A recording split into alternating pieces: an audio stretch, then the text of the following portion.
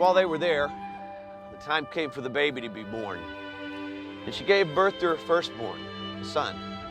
She wrapped him in cloths and she laid him in a manger because there was no room for them in the inn. God had this messy plan, a plan to save the world. And to do that, he was going to send his son. Where does the God of the universe send his son? Where does the King of Kings and Lord of Lords come? To a barn, a stable, a manger, of all places. Certainly no place fit for a king.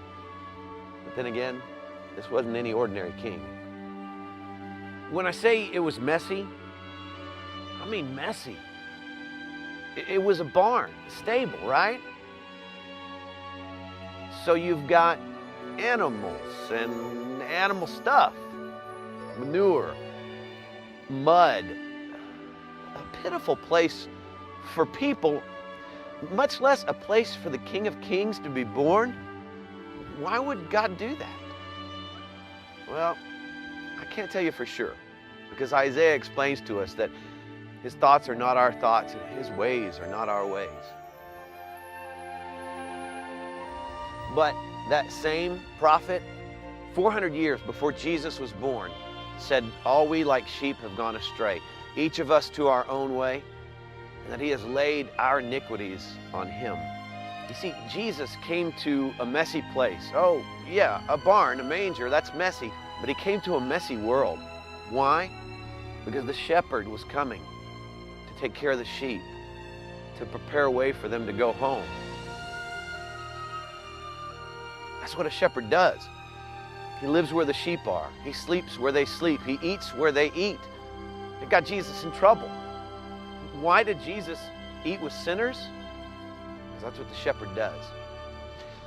An angel appeared to the shepherds in the field and said, this will be a sign to you. You will find the babe wrapped in cloths and laying in a manger. A sign. You ever wondered what that sign was? A sign for what? Maybe a sign that Jesus is accessible to everyone. A sign that the God who owns the cattle on 1,000 hills can relate to a homeless person.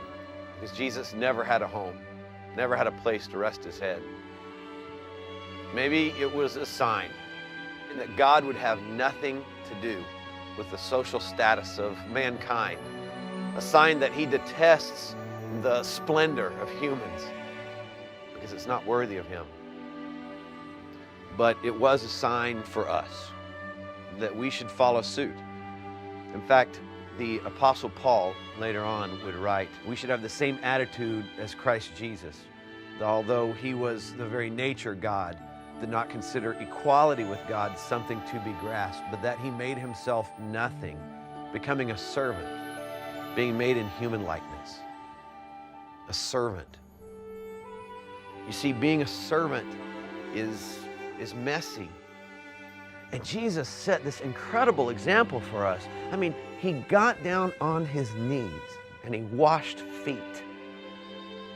The God of the universe, the God who deserved the best of everything, got on his knees. He's the God who came to the world and was laid in a manger, a feed trough of all places. Why such a messy place? Because he was following a messy plan. So needless to say, that very first Christmas was dirty. It was grimy, it was filthy. But thank God it was. Because without it, what a mess we'd be.